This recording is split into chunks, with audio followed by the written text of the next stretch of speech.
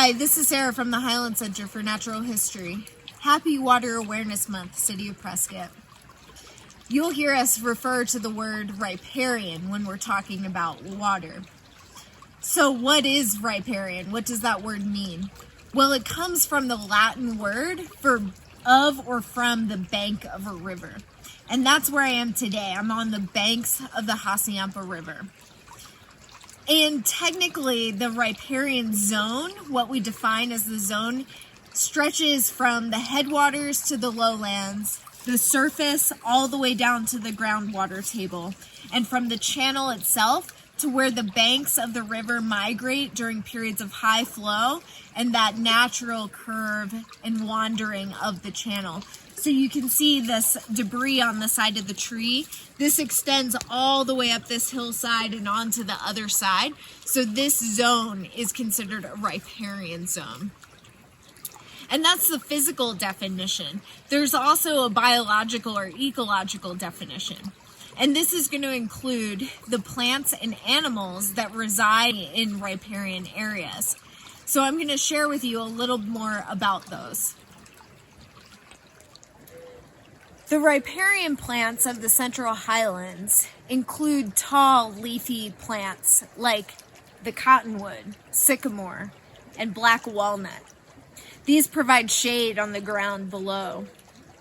Velvet ash, netleaf hackberry, and box elder trees are also present. Scrub and emery oak, chokecherry, waxcurrant, and juniper may be found especially in open areas surrounding the area lakes. Reeds, sedges, and cattails grow out into the water. Tall grandma grasses grow down to the lake's edge, while soft green bunch grasses grow creekside. Tall spikes of the white blooms of common yarrow rise above the grasses, while yellow columbine and tiny purple aster blooms are more difficult to see at the creekside. Arizona grapevines may twine and trail from the ground up through the canopy. These are some of the riparian plants that you'll recognize if you visit our local lakes and rivers. So what about some of the animals that are connected to riparian areas? This spring, look closely in the tree canopy, and you may see common raven, great horned owl, or common blackhawk sitting in a large nest. In the canopy surrounding the area lakes, double-crested cormorant, great blue heron, and great egret may be seen nesting together in large groups. Mule deer, javelina, or coyote are camouflaged by the shrubs and tall grasses. Creekside green bunch grasses provide soft resting places for cottontail rabbit and white-footed deer mouse. You may catch a glimpse of western garter snake or common kin snake moving silently through the grasses. Looking down into the creek, crayfish move clumsily and silently along the stream bed.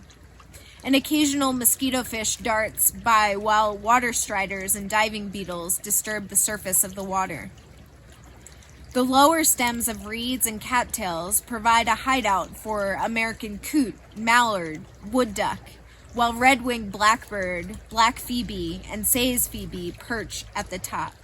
So why are these riparian areas important? Well, all life is connected to water, and all life is affected by the quality of that water. And since water is life, these riparian areas are the most biologically diverse areas in the Central Highlands. So those plants and animals that we listed off, including microorganisms and bacteria and fungi, this is the hub for where that life thrives. There are also some physical benefits. Filtration. Riparian areas are going to filter out sediment and pollutants coming downstream and soaking into the ground. Groundwater recharge. As we slow that water down and as it sits in the plants, our groundwater is recharged. And finally, we also have the regulation of flooding. It's entirely natural for channels to migrate one direction or the other. And having these riparian zones there to absorb that water and flow with it is really important. Picture the difference between our location right here and how the water is physically moving and interacting with this space compared to areas along the roadside, for example, that are totally paved.